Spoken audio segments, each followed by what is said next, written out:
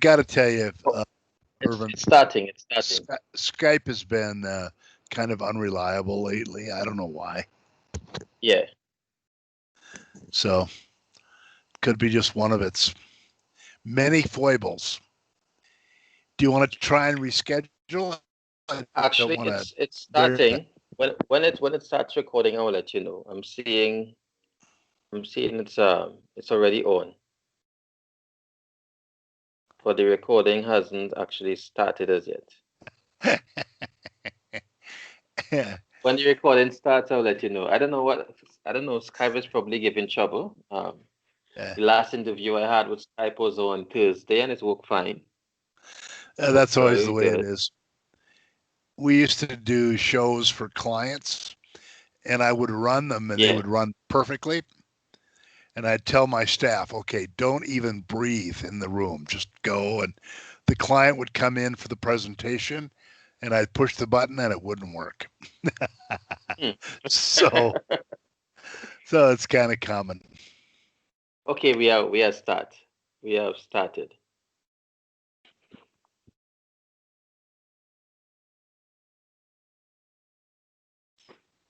Hi, and welcome to Men of Purpose Talks.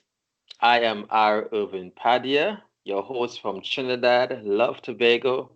On today's show, you get to hear what it takes to start a successful business. In fact, we have a treat in store for you today: to start a business, to write a book, and how to succeed in life, as a matter of fact. With that in mind, it is my absolute pleasure to introduce Wayne McFarlane. Irvin, How are how you are today? you, my friend? I am well. I am very well. How are you today?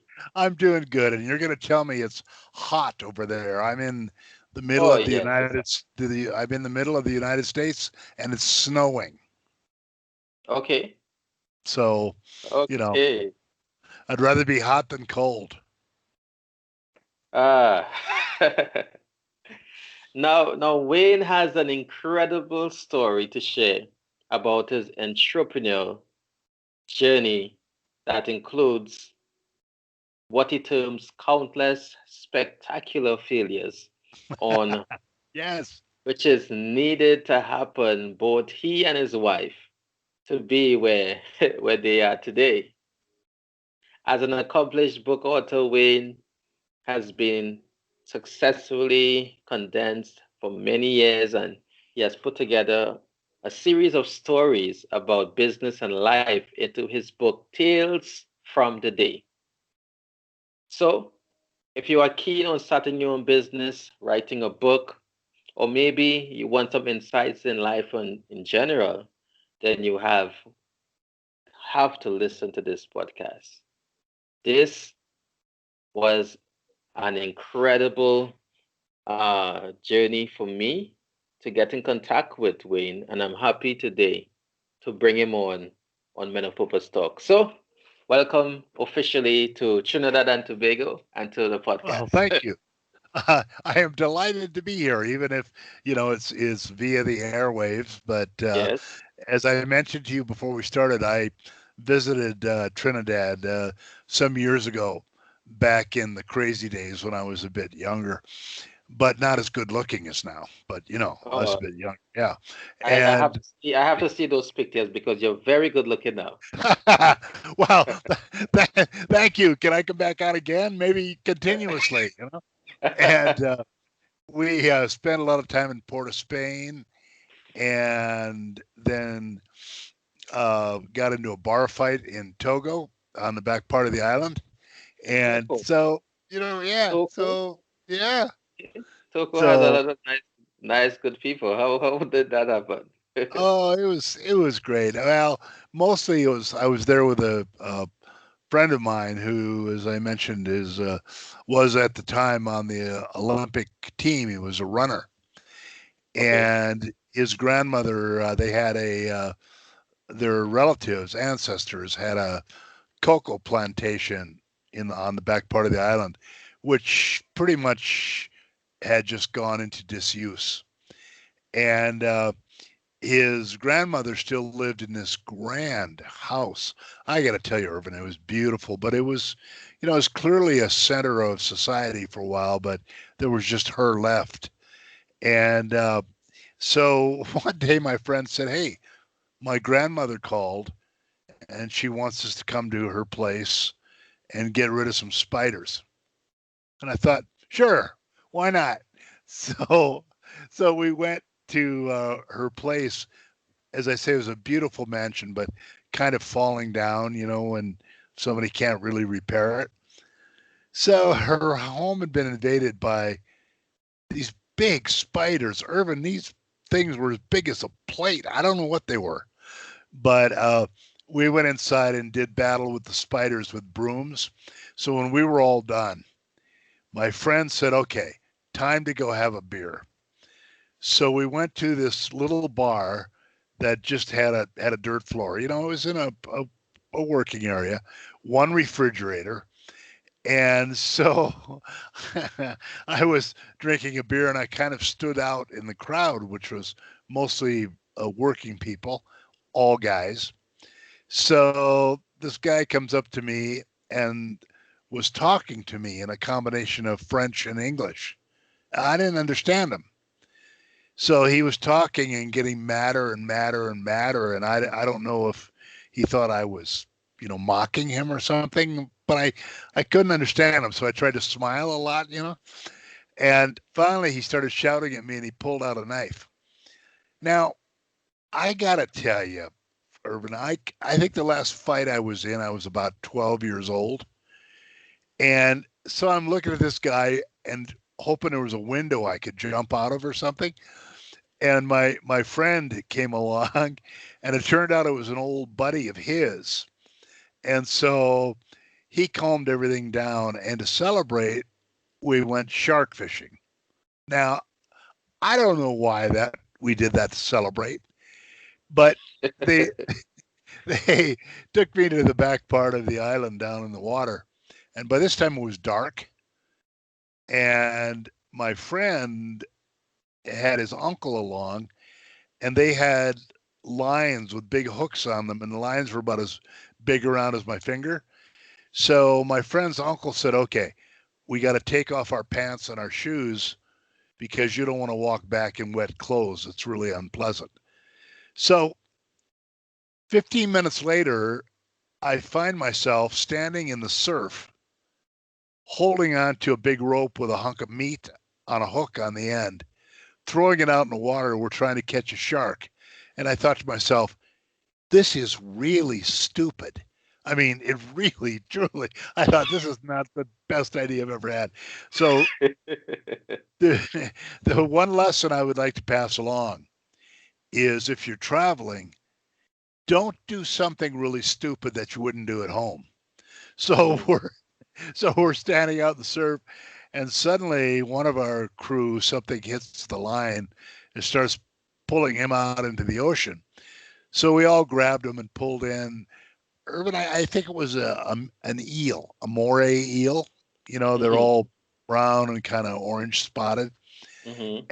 And so my friends beat it to death with a rock, and we took it back to their house and ate it, and it was pretty good. Yeah, Okay. yeah. All right. So that was my experience in Toco. Okay. But yeah, but I love Trinidad. I just thought it was just fantastic. My friend and I used to spend time in Port of Spain, and everybody had a steel band, and it was just wonderful. Really, you're lucky to live there. Well, you probably know that.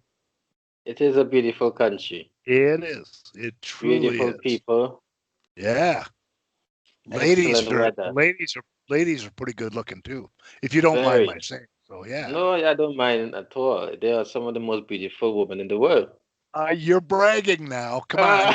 Uh, But I think you're right. I got to tell you, really. I think so. I think so too. I haven't probably traveled as much as you, but I think so too. Well, Well, you've got you're welcome got to come my got again. my vote. Yeah, got my You're vote. welcome to come again, and when you come again, know that you have a friend in Trinidad. All right. and I'll take you to my favorite part of Trinidad, which is Tobago. Tobago, yes. I never made it there, but I hear it is really something. It's a gem. It's a gem of the Caribbean. You would love it. Yeah. Oh boy. Yeah, you would love it. And so I may show up one day and the first words out of my mouth will be, "When do we eat?" Well, that's not a problem. In Trinidad, there's no shortage of dish and Yeah. food. That's one thing you will enjoy. And rum punch. Oh, I yeah, remember that. that. I Oh, remember that. You had that in Togo. Yeah. Yep. A lot of it. Too much. Well, you're gonna have a lot more. I could see you're gonna have a lot Yes. more. Yeah. Oh my. Well, Wayne, it's a pleasure to have you here. The interview so far Oh, is going excellent as I expected. Uh, you seem like a very jovial, free-spirited kind of person, and I really like that. thank Your you. book, Tales of the Day, Life-Shaping Events That Truth Be Told, all happened under the heading, Oops. Yeah. I want I want to read one paragraph from your book. Here it is, right? It says Wayne McFarland wandered away from a small Midwestern town some years ago with no planning at all. His is one of stumbling into one bug after another from Dakota to California. And it goes on to say his main claim to fame is mostly and surprisingly not being dead. Plus, getting involved with a lot of straight stuff, usually unwillingly or by accident, hence the word oops. Where did this all come from, man? Well, my wife and I have many years had a business and we sold it a couple years ago. And I've always loved to read. So I started reading memoirs and biographies of people. And Irvin, I got to tell you, most memoirs really suck. I mean, they're really terrible, most of them. And they all are kind of the same, where someone starts out by saying, I gazed into the mountains and I said to myself, my destiny lies there. It doesn't happen like that. And most people, when they create memoirs or they write about their experiences, I think they try and make them look sort of like a plan. No one has a plan. Mostly what happens is you just kind of stumble along, and if your personality is such, when somebody says let's go shark fishing, you go, oh, okay, great idea. But a lot of people just don't do it. And most things I have found start out one way and end up another way. And as I tell my friends, yesterday's disasters end up being the best stories. Mm-hmm. It's sort of like what you're doing. I suspect if someone had asked you a few years ago, what are you going to be doing in 2020? You wouldn't be saying, I'm going to be talking to some dude in the United States on on a podcast, you know? And that's the way it goes. So I put together my book full of, well, it's 27 chapters, and they're all like a complete event with a start and a finish. And when I took it to my publisher, they said, "Oh, this is terrible. You can't do this. A memoir has to start with something like you get cancer, and then throughout the memoir you have to talk about how you overcame this and ended up happy and king of the world, whatever." And I said, "Well, maybe, but that's not how it happens. How it happens is you get involved with really weird stuff, and hopefully you learn from each episode of disaster enough to at least not do it again." So that's been pretty much my, and our business was the same way. My wife and I have always run our own business. And one thing we found out is that you just have to keep going. I mean, you get in something that looks like the worst disaster of your life, and it may turn out to be the best thing that ever happened to you. You just don't know. So, if there's any one other piece of advice I would give someone, is just keep going. If you haven't been run over by a truck, don't stop. Just keep going, and I it's like that amazing. one. Yeah, it's amazing what can happen. So that's pretty much it. And after my first publisher told me it would never sell, I have another publisher now. It turns out that in our age of Twitter and very short Instagram and TikTok and short communications, that a book with individual chapters, each one of which is a complete story, turned out to be very timely. So now uh, my publisher thinks I'm a genius instead of a bum. Mm. Funny how that works out, right? Oh yes. Oh, tell me something. What's your most recent oops? Uh, I would say probably. Uh, do you know who Johnny Cash is? Johnny Cash, yes, a Johnny singer. Cash. Okay, yeah. Well, he's gone now. He died, but probably the most recent one was the day when Johnny Cash hit on my wife. You Hmm. know, where we were part of doing some staging on a TV show that was featuring singers, of which he was one. And after we did our part, now my wife is a scientist, so she never was involved with entertainment. I backstage came out of the backstage bar where, of course, I was. And here's a group of people. God, Irvin must have been 200 people standing around in a circle. And in the middle of the circle is my wife and Johnny Cash. And they all walked away after a while. And I went up to my wife and I said, "What did he say to you?" And she said, "Oh, just a bunch of nonsense."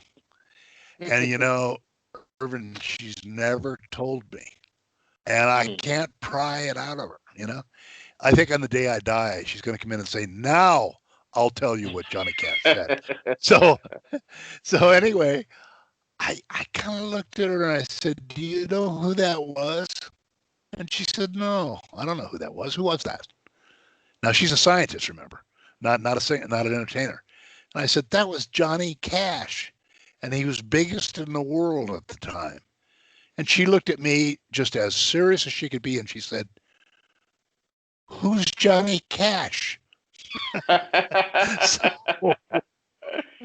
Oh my. so I figured I was safe. So for a while anyway, but but that was recent enough. When you read through some of the chapters, titles, the day my grandfather was tagged as a psychopath, the day I had a hot date and fell out of the sky, the day we blew town with a monkey, and even the day Johnny Cash hit on my wife. What's your favorite chapter in the book? Uh, I would I would have to say it's the day we pitched the loan shark. I would have to say is I was involved radio broadcasting, kind of like what you're doing now, except they were smaller radio stations that would cover Mhm. a lot of people.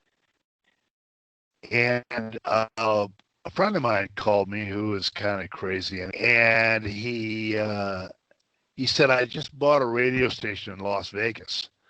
Now, at the time, Las Vegas was just totally run by criminals. I mean, it was, it's not that way anymore because very big corporations like Coca-Cola and MGM and others have bought casinos there. So the town is very different now. But at the time, it was, there were a lot of criminals there. And my friend said, I bought this radio station and I have a great idea. And I thought, oh boy, here we go. And he's at the time, radio stations that weren't making any money used to trade everything, which means they'd go to somebody selling cars or selling food, and they'd say, look, I'd like to get, $1,000 worth of meals at your restaurant, and I'll pay you with $1,000 worth of advertising, which couldn't sell anyway, right? So my friend said, I've got this great idea. We'll sell advertising at my radio station, but we won't take cash. We'll do it all for trade, and then we'll sell the trade. And we'll live like kings. We'll go to restaurants. We'll go to shows. We won't pay for anything. And I thought, okay, I'll give that a shot. So we were doing this, and one day my friend called me in his office, the owner of the station, and he said, we're out of money. Well, big surprise there, right? That's a shock. And I said, how are we going to fix that? And he said, we are going to go and see Big Jim at Big Jim's bail bond. And we're going to get from him a year-long advertising contract, all cash in advance. Now, in Trinidad, I don't know if you have them. Do you know what a loan shark is? Yes. Here, a loan okay. Well, I was new to Las Vegas, but Irvin, even I knew that Big Jim was the most notorious loan shark in Las Vegas.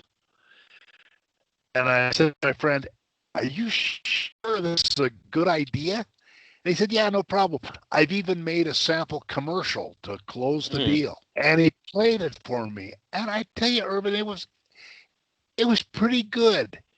An announcer's voice, deep voice like yours, came out with a great commercial backed by real nice music. And I thought, well, that sounds pretty good. So we went to see Big Jim. And Big Jim and his son, who looked like a moray eel, I mean, he was reputed to be about as mean as a moray eel, were sitting in the conference room. So we go in. And his son says, I don't know why we're here. We're not going to buy any stupid advertising from you people. And my friend says, no, I've even made a commercial for it. So the son says, we don't want to hear any dumb commercial. And Big Jim, who's sitting there, said, play it. So my friend pushes the button. And Irvin, what came out was not the commercial he'd played for me. But what came out was his voice backed by really somber music. And the dialogue went like this. Have you killed your wife? If you have money in the bank, here at Big Jim's, we don't care. We'll get you out of jail. Have you hit your mom with an axe? If you have real estate, here at Big Jim's, we don't care. And I'll tell you, the son popped out of his chair. I thought he was going to shoot us both. And he stopped when he noticed that his father, Big Jim, was laughing so hard. We attack. So Big Jim says, that was really stupid. He said, that was stupid, but he said it was great. So he said, I'll give you your contract, cash up front, on 2 conditions. And my friend, who's getting his contract out, hand shaking with his pen, said, what are the conditions? He said, you never put anything on the air without me approving it first, and you give me a copy of that commercial, and it better be the only one. So we did, and we walked out of there with a bag full of money. And I thought, Irvin, that Big Jim the Loan Shark had asked for that commercial to destroy it.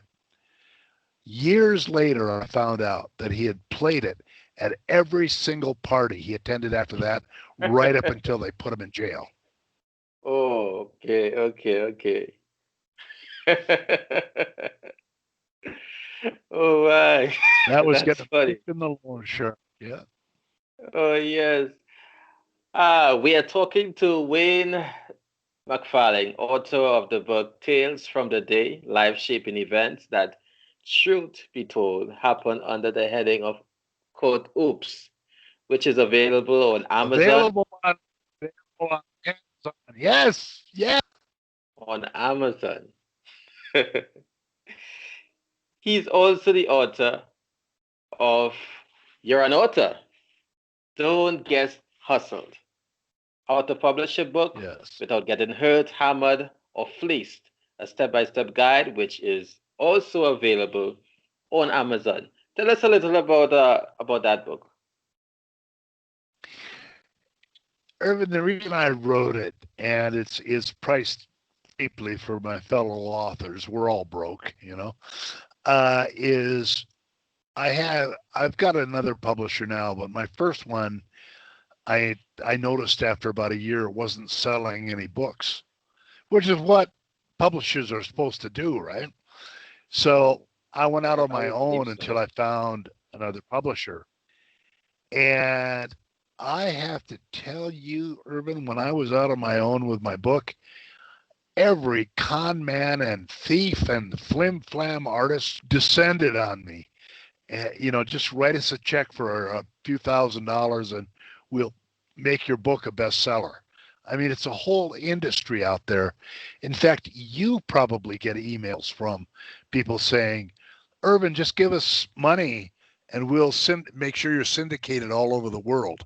I mean, there's a whole industry out there that targets people doing what you're doing.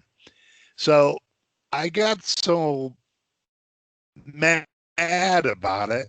I started keeping notes of every scam that came in, every con man and person who were trying to get money.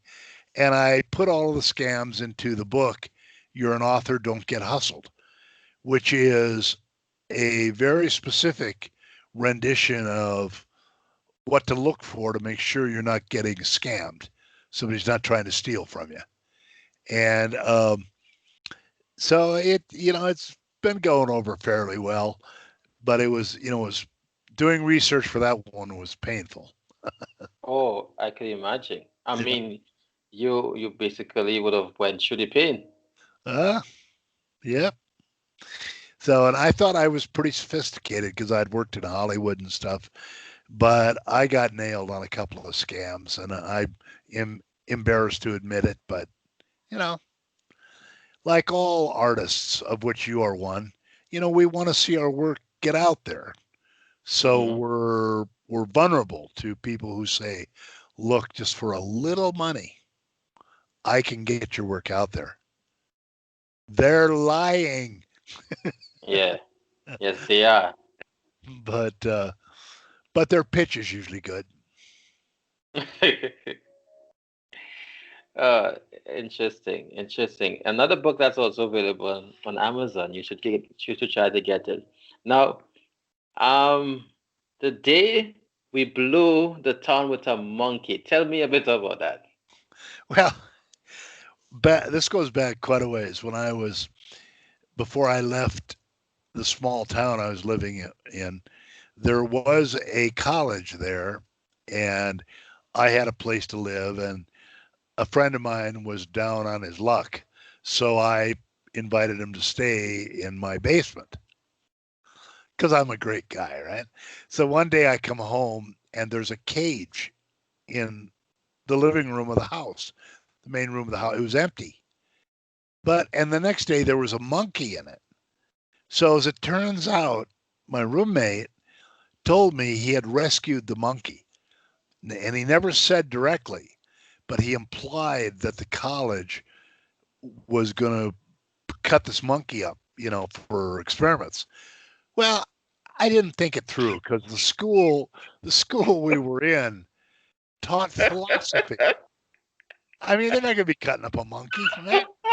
So, so, so anyway, the the day came when I decided I wanted to leave town, go to California. So my roommate said, "I'll come along and split the gas. I'll pay for part of the gas, but we have to take the monkey." Now, Irvin, I hated this monkey, and the monkey hated me. I, I hated the monkey because the monkey would sleep in my bed and it had a bladder problem. And I think the monkey hated me because when we had guests over, it would drink their beer. And having a drunken monkey, if possible, is worse than having a regular monkey, which is bad enough. So I said, no, absolutely not. We're not taking the monkey. And my friend's girlfriend, who was also going to go along, promised she would hold it in her lap the whole trip, like 2,000 miles. So, Irvin, that lasted about 20 minutes until the monkey's bladder problem cut loose. And then she wouldn't touch the monkey again. I can't blame her. So we were going to go to California. So we detoured to Boston, which was 2,000 miles in the wrong direction. Hey, why not, right? So we reached Boston, the monkey and my roommate and his girlfriend. And his girlfriend had a friend there and moved in with her. They had an apartment. And one day, they took the monkey to babysit it. And the landlord showed up and asked them if they were torturing little children in their apartment because of the noise the monkey was making. So they brought the monkey back and said, we can't babysit this creature. So now we had the monkey, and our landlord came up and said, he didn't want to hear it. He said, either that noise stops or you go, one of the two. So my friend borrowed our car and a while later came back without the monkey. And I was delighted, but I said, okay, I'll bite. Where is that little monster? And my roommate said, the monkey is in a better place. And I thought, I hated the monkey, but I didn't want to see it killed. And my roommate said, no, I didn't kill it. He said, I took it to a TV station that has the most popular children's show on the whole East Coast of the United States, and I gave them the monkey. Now, he swore, Irvin, that he didn't get paid for this, but he started paying for all of our bar bills after that, so I'm still suspicious. So anyway, my friend and I went completely broke in Boston. I mean, we ran out of money. And I was able to finagle stuff enough to get myself to California. And my friend got a job on the out there. And about 2 months went by, and I had a girlfriend in Boston, and she wrote me a letter. And she told me the monkey had become a TV star. It had become so popular. Irvin had had its own fan club. People would write this monkey letters, right? And they renamed the whole show after the monkey. So my ex-girlfriend closed by saying, well, at least one of you was a success out here. Now, Irvin, I thought that was kind of harsh. I don't know what you think, but I thought that was kind of tough. But I truly hated that beast. I got to tell you. Great story. You mentioned earlier about going fishing. Was that the same fishing episode in the book? Yep, that's the same one. Or we went shark fishing in our underwear. Yep. So we got mentioned in your book. Good. Yep. Yeah, and the one other thing in the book about Trinidad, that the guy I was with was a great guy, and when we were there, the cruise ships used to come right into Port of Spain. I don't know if they still do. Yes, they still do. Do they? Well, at the time I was there, now this is quite a few years ago. I understand Trinidad is I mean, I always loved it, but now it's a lot calmer than it used to be. Let's say in Port of Spain, not kind of as rough as it used to be. And one of the other things that I loved is my friend and I were sitting in a restaurant by the ocean, and my friend said, "Hey, watch this." And a cruise ship pulled up. Now my friend knew everybody. I mean, his family was pretty well connected. He knew everybody from the kind of the low end to the high society. And some of his friends did hustles on the dock. I mean, they would hustle the tourists, you know. I don't know if hustle is a word you use there, but so he pointed out to me that there was one big steel band that we'd been drinking with the night before that were playing, and their ladies who hung around the band were uh, let's just say made their living in not such a great way, but Mm-hmm. they were also pickpockets. So I Mm-hmm. never would have seen this, Irvin, if my friend hadn't pointed it out. And since I knew the band members, I could watch, and they would play on their steel band, and they were great. And their lady friends went through the crowd. They picked their pockets. It was beautiful. It was a thing of beauty. And so by the time you heard the tourists starting to say, "Hey, my wallet! Where's my wallet?" Oh Everybody had my. dissolved back in the crowd. It was just great. Really, it was one of my favorite times, really. But I get occasional communications from there, and now I understand that Port of Spain is a lot calmer. That kind of stuff doesn't go on anymore. So, but at the time I was there, it was a lot of years ago now. That was still a way to make good money. Oh, you still have to be careful, but it's Yeah, still a beautiful place. It's still a beautiful country. yeah. Um, tell us I love about I love Trinidad. tell us about the day Mickey Mouse saved you. Oh, well, when I first got to California, that's where all the big entertainment places are. I was completely out of money. I mean, completely broke. Not an unusual state of affairs for me at various times during my career. And I had exactly one contact in Los Angeles who was had a very low level job for the Disney company with the Disney company, Mickey Mouse. And there was a show, a live show involving the Disney characters. You know, Mickey Mouse would be prancing around and Cinderella and the bears and all that stuff.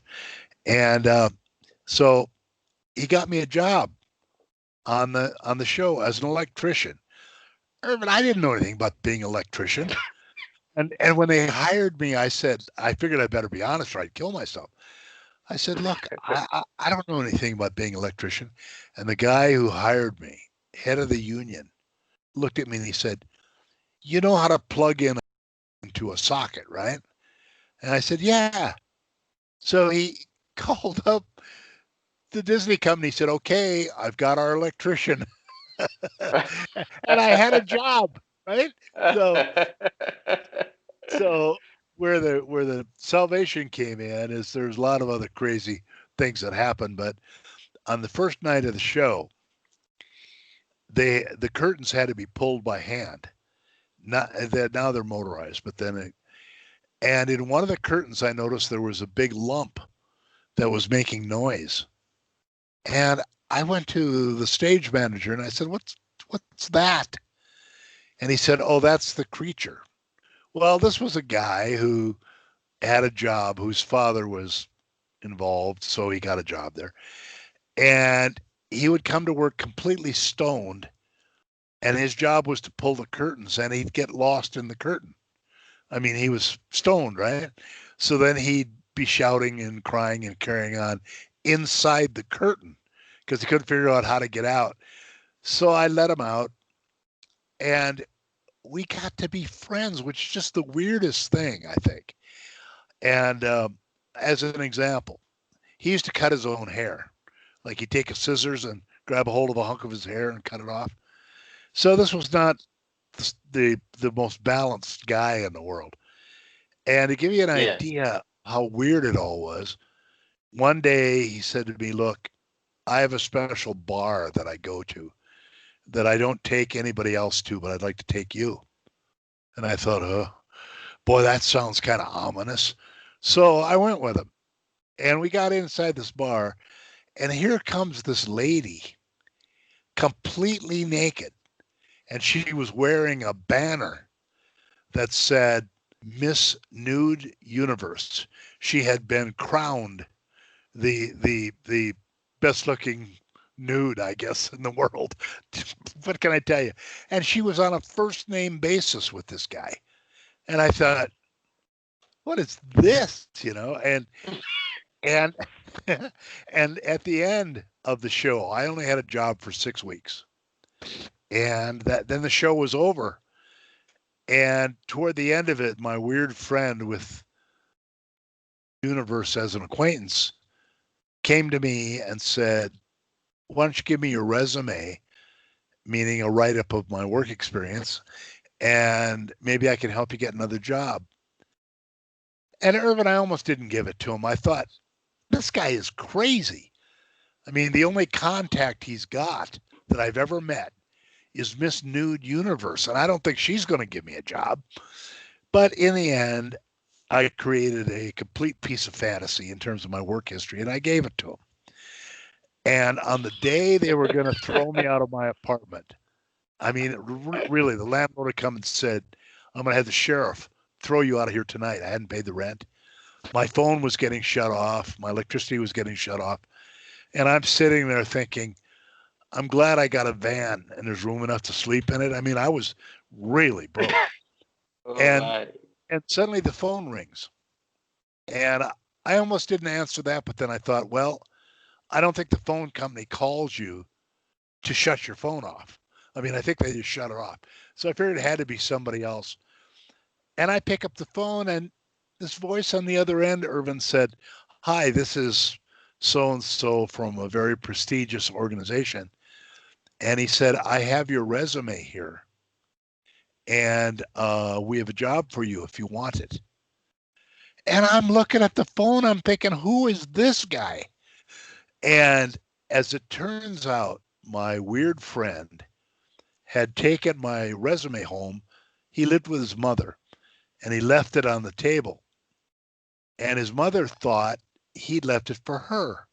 And she worked at this big organization and she took it there. And they just happened to need somebody. And it saved me.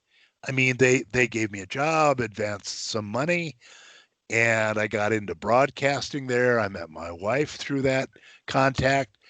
And so, I was saved by Mickey Mouse. And I never would have Yes. imagined. And that's what I say about sometimes things just start to happen and you just have to go with it. I love that story. I love it a lot. Yeah. In closing, Wayne, this has been a very enjoyable. I really enjoyed myself. I haven't laughed this much for any interview I've done so far. None, none, none Thank you. whatsoever. And one thing I love about it is that I'm going to come to Trinidad again and make you buy all the bar drinks. Yeah. Uh, I don't drink. I don't go to the bar, but I want to see Well, you in if Trinidad. if I come, you're going to have to start. I want to see you in Trinidad. All right. Uh, in closing, Wayne, tell me something. Yes. You've been a man in business, for those who are looking on, especially for those who are now starting their business or Yep. who want to start their business. Yep. You tell us a little bit about, or give us some advice on what are some of the plus, what are some of the negative, and how can somebody, as you mentioned, continue going on and something will happen.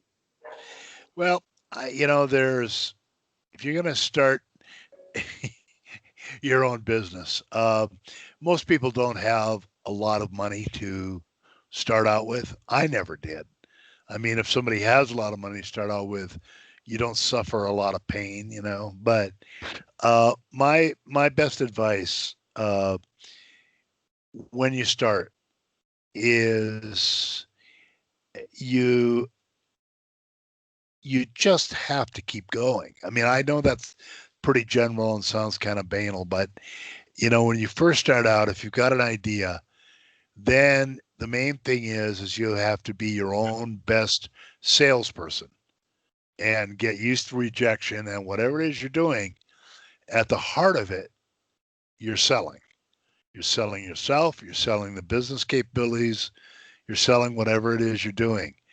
And a lot of people starting a business don't want to confront that. But that really is true. Anybody who owns a business, I don't care if you're running a bar or what you're doing, you're selling what your business is. And then you're going to get rejected most of the time. The average in terms of selling stuff is 10%, which means you pitch 10 people, 9 of them are going to tell you to go away.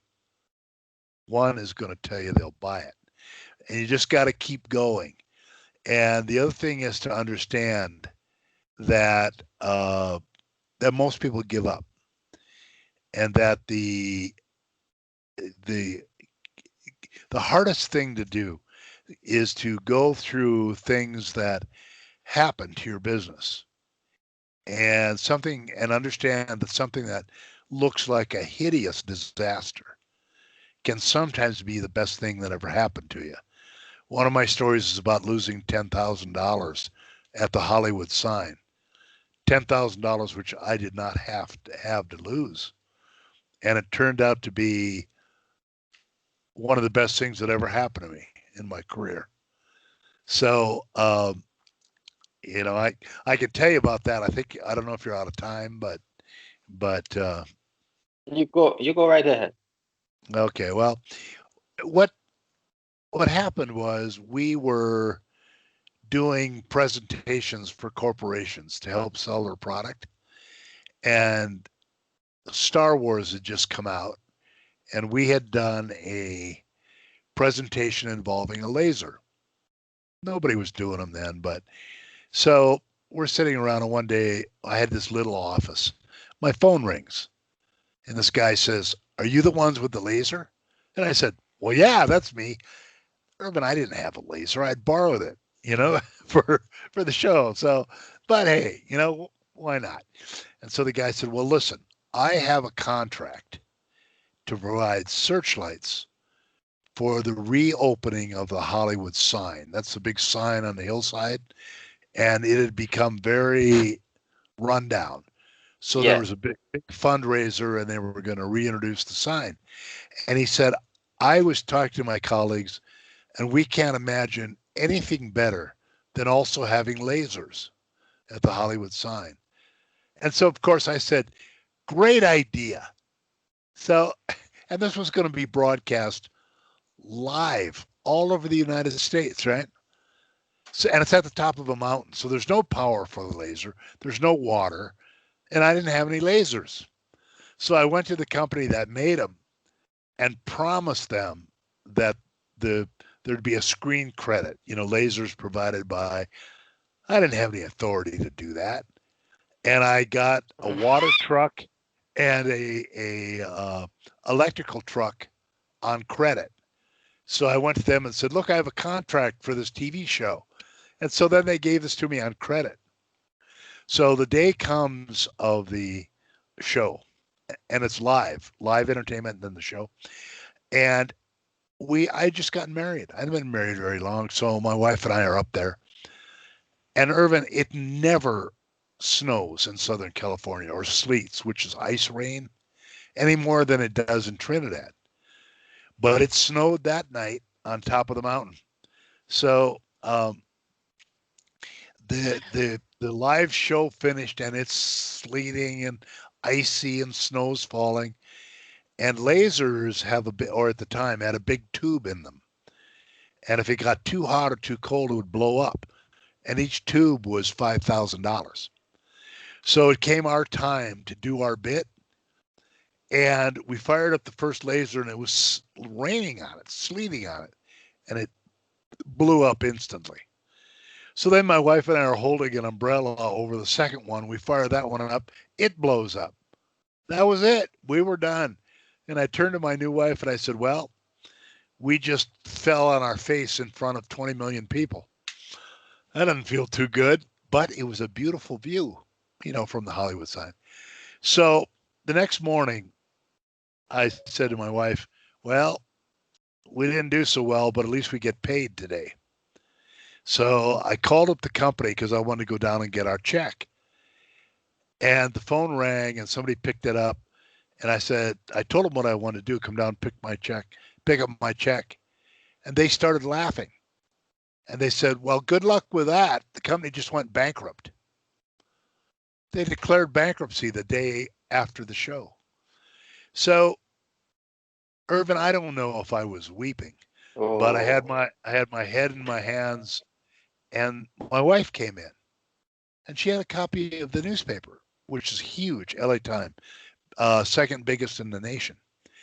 And she joggled my elbow and said, you have to see this. And it had a spectacular review of us. The article was, then the lasers flashed over the mountain and blah, blah. They never did. What happened was, when it started to snow, all the reporters went into a trailer where there was free liquor. So they were there all getting drunk. And they thought the searchlights of the company that was now bankrupt were our lasers. And we got credit for the whole thing. And I made a ton of money later off that review. So it looked like it was the worst disaster of my life. And it turned out to be the best thing that ever happened to us. But the point of it is you got to be there. You got to just hang in. You got to be there.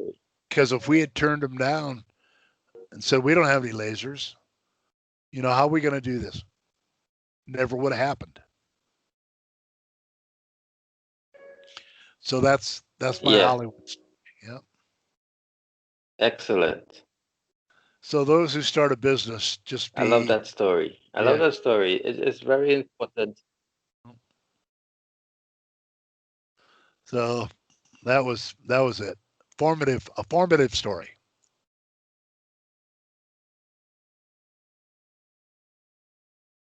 It's very important for us to hang in there. That's and it. Don't give up. That's it.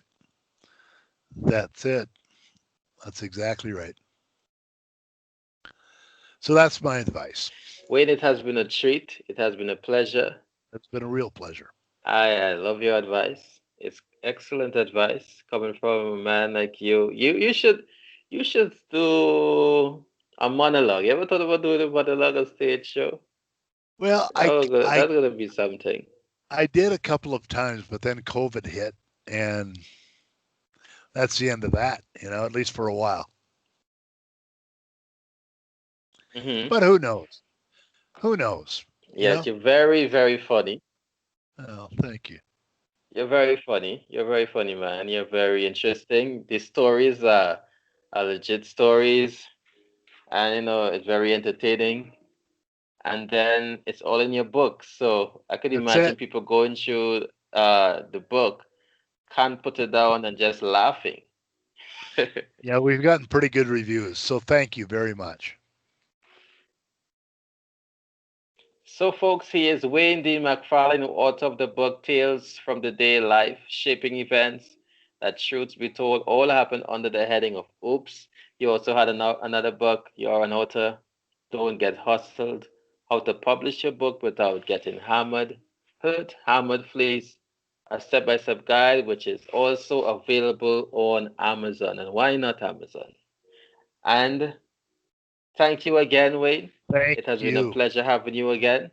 I look forward to having you in Trinidad and Tobago. Oh, I'm ready. I am so ready. All right. So, yes. You take care. Okay, my friend. You too. Good luck with everything. God bless you. Okay. Bye-bye.